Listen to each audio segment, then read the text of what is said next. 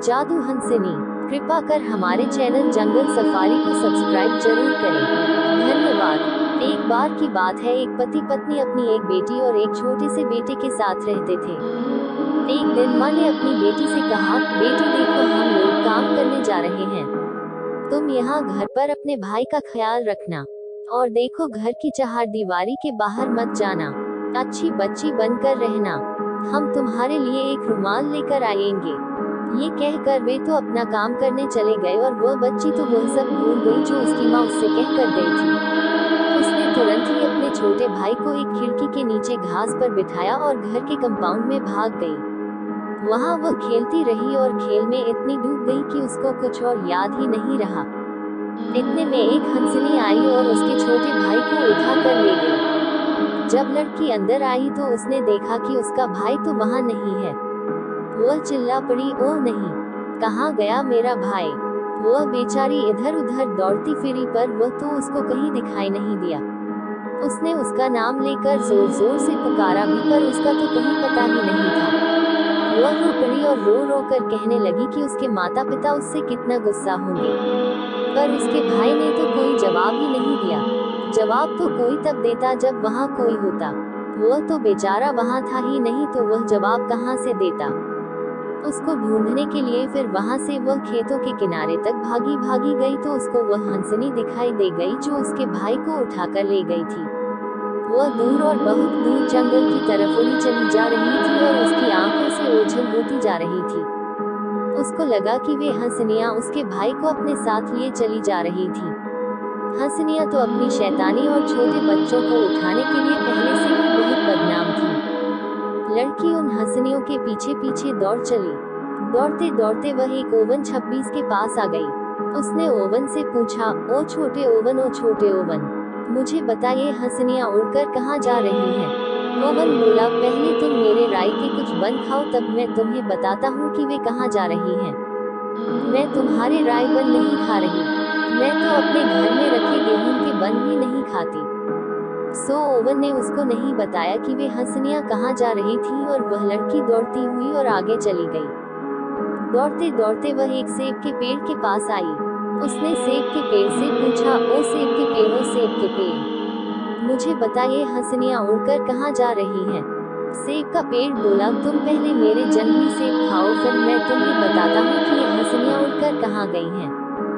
मैं तुम्हारे जंगली सेब नहीं खाती, मैं तो अपने घर में अपने घर के बागीचे के सेब भी नहीं खाती।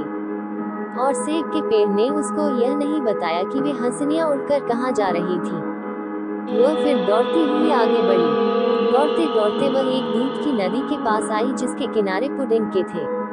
उसने नदी से पूछा, ओ दूध की नदी, ओ पुडिंग के किनारों वाली नदी, मुझे बता ये हंसनियाँ उड़कर कहाँ जा रही हैं? दूध की नदी बोली, पहले तुम दूध के साथ मेरी थोड़ी सी पुडिंग खाओ, तब मैं तुम्हें बताती हूँ कि ये हंसनियाँ उड़कर कहाँ जा रही हैं। लड़की बोली, मैं नहीं खाती दूध के साथ तुम्हारी पुडिंग, मैं तो अपने घर की बनी हुई पुडिंग भी नहीं खाती। और दूध की नदी ने भी उसको नहीं बताया कि ये हंसनियाँ उड़कर कहाँ जा रही थी। इस तरह से वह काफी देर तक मैदानों में और जंगलों में भागती रही। इस तरह भागते भागते उसको शाम हो गई। वह यही नहीं जान पाई कि वे हंसनियाँ उड़कर कहाँ गईं। इस तरह भागते भागते उसको शाम हो गई। अब वह कुछ नहीं कर सकती थी, सो शाम होने पर उसको घर लौटना पड़ा। जैसे ही वह घर वापस आने के लिए पलटी तो उसने देखा कि उसके पीछे एक केबिन है जिसमें केवल एक छोटी सी खिड़की है। उस केबिन में तो एक जादूगरनी बैठी हुई थी, बाबा यागा। वो वहाँ बैठी बैठी रुई काट रही थी। उसके पास ही चांदी की एक बेंच पर उसका अपना भाई बैठा था जो एक चांदी के सेब से खेल रहा था। सो वह लड़की उस केबिन में भागी गई और उस बुढ़िया से बोली, ओ छोटी बुढ़िया, ओ छोटी बुढ़िया।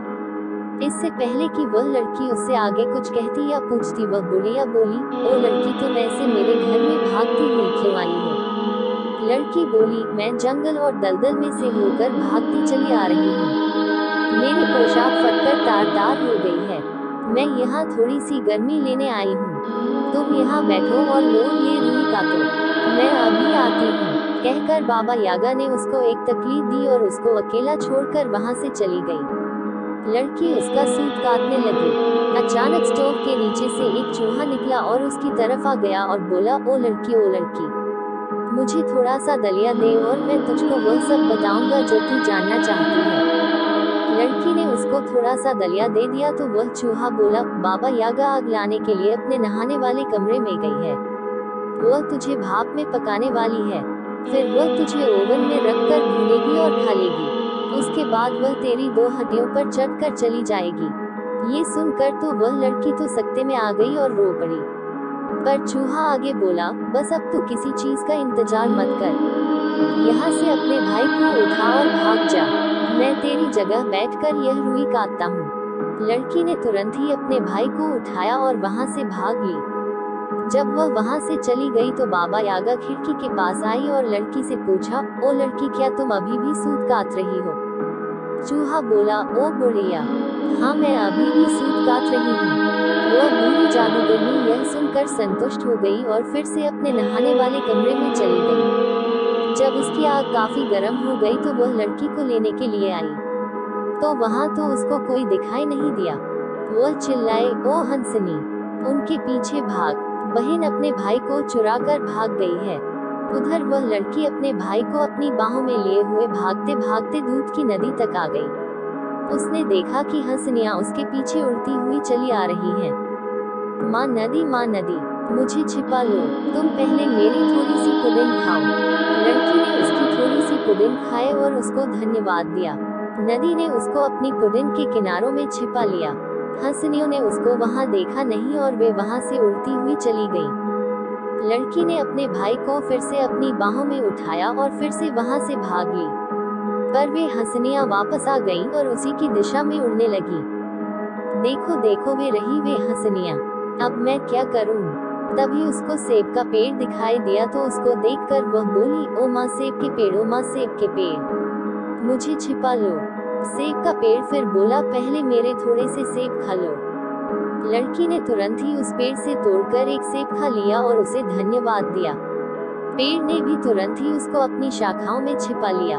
हंसनियों ने उनको वहां नहीं देखा सो वे वहां से आगे उड़ गईं। लड़की ने फिर अपने भाई को अपनी बाहों में उठाया और फिर भागना शुरू कर दिया। वह तब तक भागती रही जब तक वह बिल्कुल थक नहीं गई, पर हंसनियों ने उसका फिर से देख लिया तो वे फिर से लौट आईं। वे उसके ऊपर उड़ने लगी और इस ताक में लगी रही कि जब भी उनको मौका मिले तो वह उसके भाई को उससे छीन ले। तभी उसको ओवन दिखाई दे गया। वह बोली, माँ ओवन, मुझे कहीं छिपा लो। ओवन बोला, पहले तुम मेरा राई का बन खाओ। लड़की ने तुरंत ही उसमें से निकाल कर एक बन खा लिया और ओवन को धन्यवाद देकर अपने भाई को लेकर ओवन के अंदर बैठ गई। हंसनियाँ वहाँ उड़ती रही और उनको पुकारती रही, पर कोई जवाब न मिलने पर फिर नाउम्मीद होकर वहाँ से बाबा यागा के पास चली गई। उनके जाने के बाद लड़की ने ओवन को एक बार फिर से धन्यवाद दिया और अपने भाई को लेकर अपने घर की तरफ भाग गई। जैसे ही वह घर पहुंची उसके कुछ देर बाद ही उसके माता पिता काम से वापस आ गए और उसकी यह लापरवाही दोनों में से